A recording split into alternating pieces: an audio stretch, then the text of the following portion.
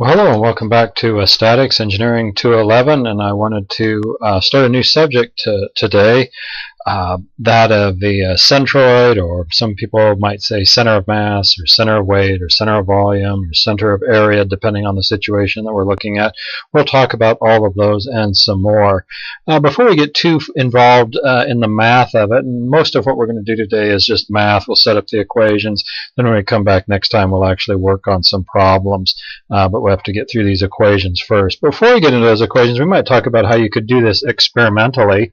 If you were to take the body that you were trying to find the center of mass and suspend it. So let's say that we have this body here, and we suspend it like this, and we take a plumb bob and we hang off of it, and we put a dashed line on that. We'll say that this is point A, and then maybe we come over again and we look at hanging that again, and we have this point A, and it is like that, and then maybe we've hung it from some point we'll call point B there. We've suspended it like that. Where those intersect is actually the center of mass. So you can find that experimentally. The little symbol that I've drawn there, and maybe not done a very good job of, it looks like this. Oftentimes we'll use this as a center of mass that we're looking at.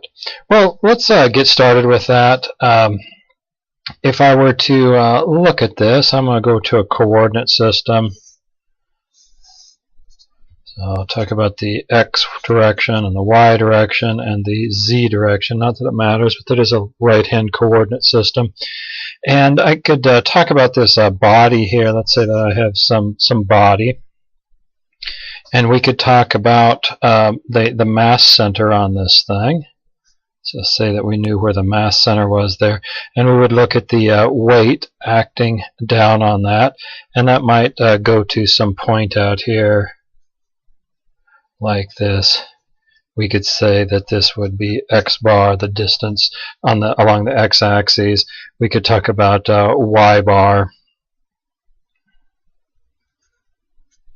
the distance out on the y-axis, and we could also look at the z-bar. I'm not going to try and clutter it up with the z-bar right now, but it would follow that we could do the z.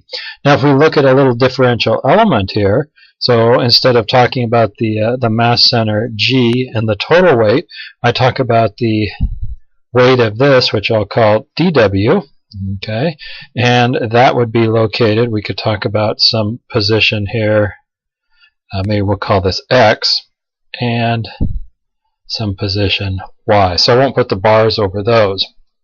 And let's develop a few things here. We could talk about the total weight of this thing being the integral of all of the individual weights. If you were to sum up all of these individual little elements that make this up, that would be the total weight of it. And if I talk about the moment about maybe the y-axis, I could say that that's equal to x1 times dw.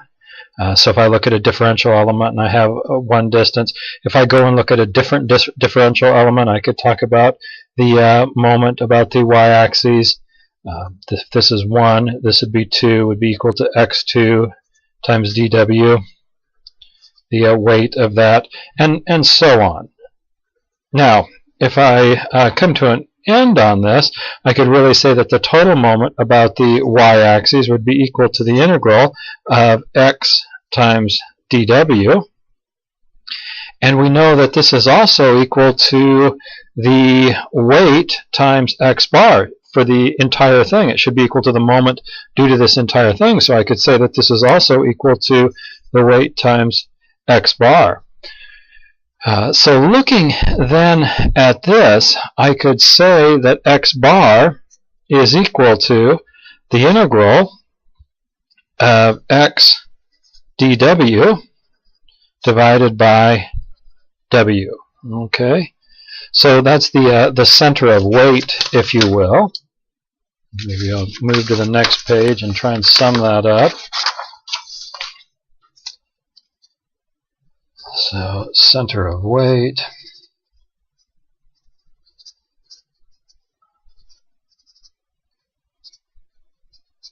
So we saw that x bar was equal to the integral of x dw divided by w. And if you have a hard time getting w, just remember that w is that, depending on what the shape is. If you know what w is, that's fine, or you can evaluate w using that. Now, it would follow then, and I could go through this. I'm not going to burden you with this, but I could go back and do it for y and for z. Let's make sure we know this is x.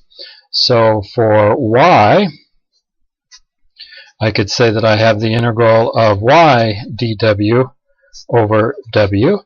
And of course, for z, I would have the integral of z dw over w. Sure I've got that right. Yeah. Okay. So that's the center of weight. Well, and we'll start with these a lot and just keep talking about, well, what is weight equal to, and come up with the center of mass and the center of volume and things like that. So with that, let's talk about what the weight would be equal to. We might be able to say that that's equal to the mass times the acceleration of gravity. Well, that's just a statement of Newton's law.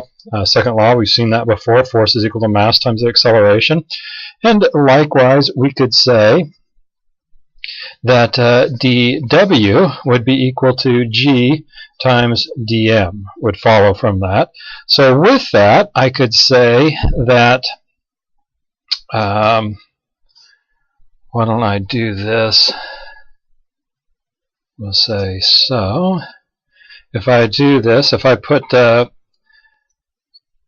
x bar would be equal to the integral of x dw, which is g dm, divided by, in the denominator, we would have mg. And I could say, if, this is probably the most important part, if g is equal to a constant, okay, if g is equal to a constant, I could say that x bar was equal to g times the integral of x dm divided by g times m, and I get to cancel those and say that x bar is equal to the integral of x dm divided by m. So we have the center of mass there, don't we? Okay, so center of mass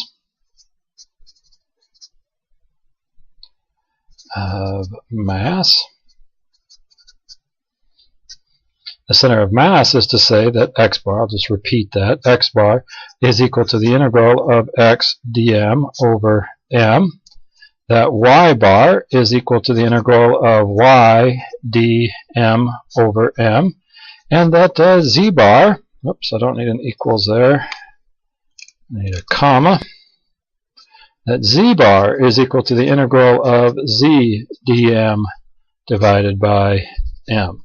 Okay?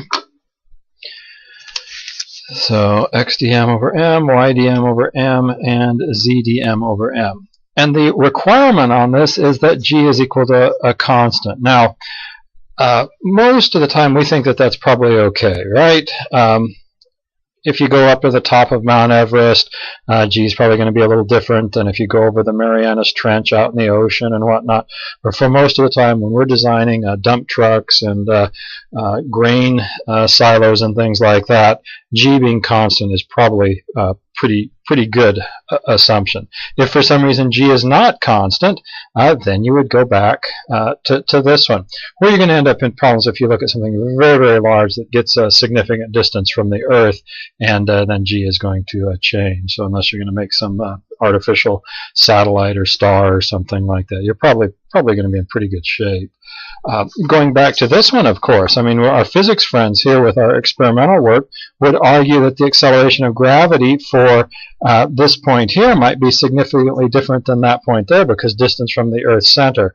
But because the size of this piece here, the size of the body, is much, much less than the size of the Earth, I think we're probably okay with that. So I'll clarify that so I don't get comments, sore comments from our physics friends. Anyway, it's really good, though, to know what these are based on, because some things that we look at in the future may not be so readily so constant, or that's not a good way to describe that, but so uniform in terms of this. This happens most of the time, 99.99% of the time that you do this is going to be true. When we look at other things, that may not always be the case. Well, we will continue on then. What if we say that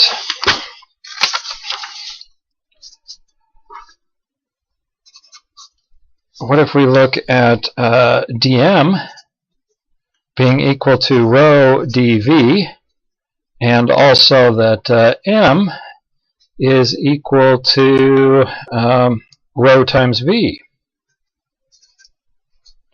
So I make the substitution with that. I'll put that into, go back to x bar being equal to the integral of x dm over m. So I've got then that this would be the integral of x times rho times dv divided by rho times v. And here, if I say if rho is constant,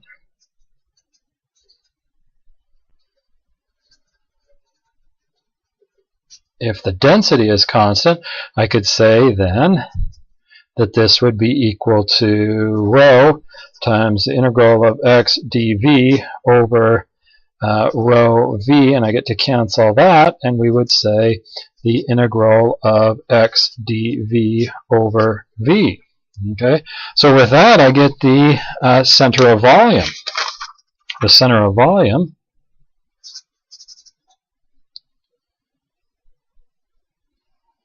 I've messed up that, haven't I? Oh, there we go.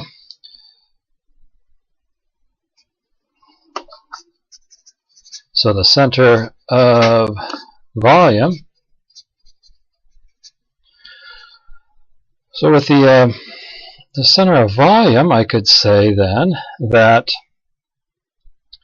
x bar is equal to the integral, just repeating what we'd come up with over there, x dv over v, that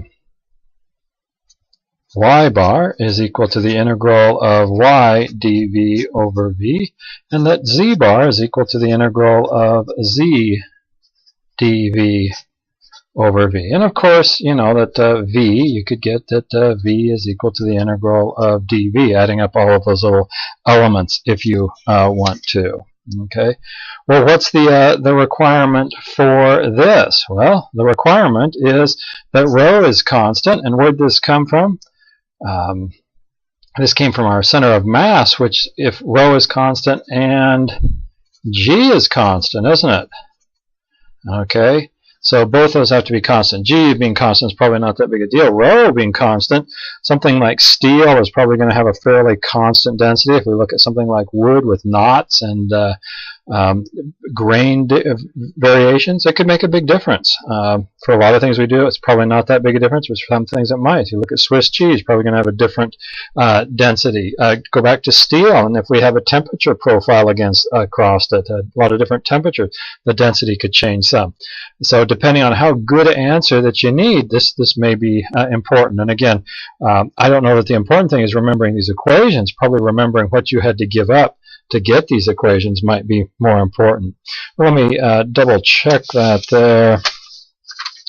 We've got rho dv x dv over v, y dv over v, and z dv over v.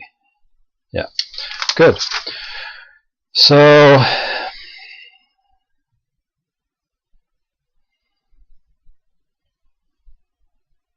yeah. Okay. Well, let's continue on. Maybe you have something like this, maybe a piece of sheet metal or something. And we could talk about the mass center on this thing. Maybe it's right here. There's the mass center and has a little differential element right there, dA. Okay, and we could go through this. Well, with this, we could say that the mass m is equal to the density times the thickness times the total area. Whereas, if you take the total area of this thing, it has some area A, whereas you might say that dm would be equal to the density rho times the thickness times dA. That's the mass of that little element there. So with this, I could put this together, and I might go up and just grab one of these, grab this guy here, and with that, I'd say that x bar would be equal to the integral of x times dm, which is rho times the thickness, times dA divided by m, which is rho times the thickness times a. And if I take then rho and the thickness, if this is sheet metal, it'll have a very consistent thickness. So as you roll it out, if you think about that, how they make aluminum foil and whatnot, very, very impressive how they do that. But anyway, if rho and the thickness are a constant, I can bring those out. So I have the rho times the thickness times the integral of x dA over rho times the thickness times a, and I get to cancel those, and I can say then that we have the integral of x dA over a. So this leads us to, I'll use this space here, center of area. And this is one that we use quite a bit. Center of area, that x bar is equal to the integral of x dA over a. That y bar is equal to the integral of y dA over a. And that z bar is equal to the integral of z dA over a. Let me double check that, make sure I haven't transposed something. X dA over a, y dA over a, and z dA over a. Yes. And again, what did we have to give up to get that? We had to give up, and we had to assume that the density is a constant and the thickness is a constant. And oh, don't forget that g is a constant. Okay, and again, the g is probably not a big deal. The thickness and the density being a constant, that's a much bigger deal. Okay, if you're dealing with something gingerbread that a 3-year-old rolled out, or Play-Doh that a 3-year-old rolled out, it may not have constant thickness. If you're looking at something that's been very carefully machined and rolled very carefully, then it probably has a constant thickness. Center of area is center of volume we use a lot. Center of area we use a lot. Of course, if you don't know what the area is, you've got the integral of dA, right? Just add up all of these little bitty elements. But I've got one more to talk about, and that would be a line.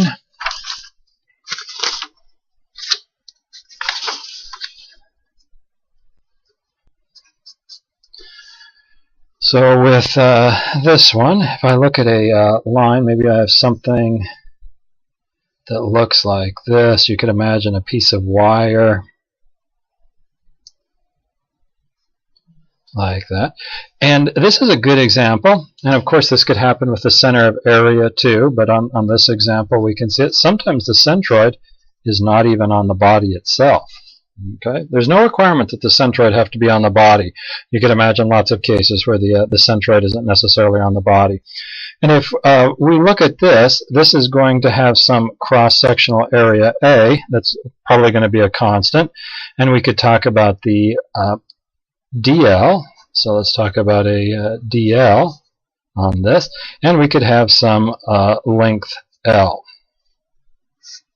Okay, so if we talk about the mass of this thing, that would be equal to rho times the thickness, rho times the area times the length, right? If I take the area of the circular end and multiply it by the length, or the area of its square cross-section, the area of the end times its length, we have its volume, we multiply the volume by the density, we get the mass. And likewise, I could say that dm is equal to rho times A times dl. So with that, I could plug them back into my mass equations, where I have that x bar is equal to the integral of x dm over m. And what do we have there? The integral of x times dm, which is rho times a times dl, divided by m, which is going to be rho times a times l. And if I say that we have a constant area, and what else? Density. And I guess we'd better add g to this mix because that was inherited with this one. If I say that that's true, because that the constant acceleration of gravity came along with the center of mass, so if that's true, I can say that I have rho times a times the integral of x dl over rho times a times l. I get to cancel those. And what do we come up with here? We've got then the integral of x dl over L. So it allows me to say the center of length, rather.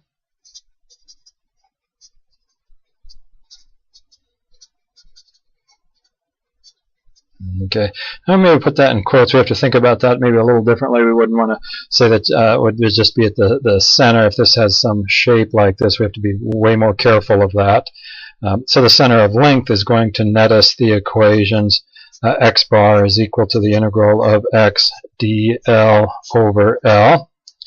That y bar is going to be equal to the integral of y dl over L.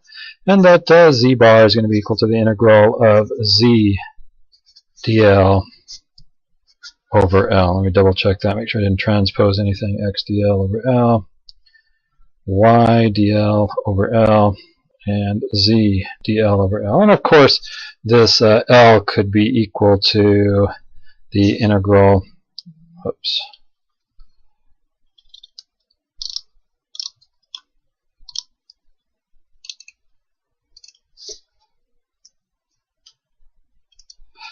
would be equal to what? The integral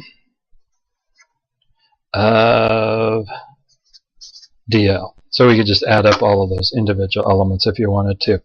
But again, the most important thing is what has to be constant. For that to be true, you have to have constant cross-section, which wires, it has a tremendously constant cross-section. The way they draw it out and pull it through dies and whatnot. Density in a wire would be very constant. G, of course, would not be a problem either. If you get something, maybe a shape that was beat out with a forge, an anvil and forge or something, maybe the cross-section isn't as consistent, although some of the people that did forging were really incredible in what they could do. But you get the idea here. If A is constant, you can go ahead and use these equations. Well, that looks an awful lot like a math class. You've probably seen these equations before in math class. They use them a lot in maybe an integral class, because then you get to integrate. What we will do when we get together next time is actually use these equations and apply them to some problems. Maybe you've wondered on a triangle why it's a third and two-thirds. The centroid a third from the large end and two-thirds from the small end. We'll actually go through that derivation and hopefully put that to rest and look at a few other things. And with one more lecture, pretty well finish up this subject. And then we just have to talk about area moment of inertia, and we'll have the term wrapped up. So we're getting close. Look forward to finishing and working on that next time. Take care till then, and thank you for watching.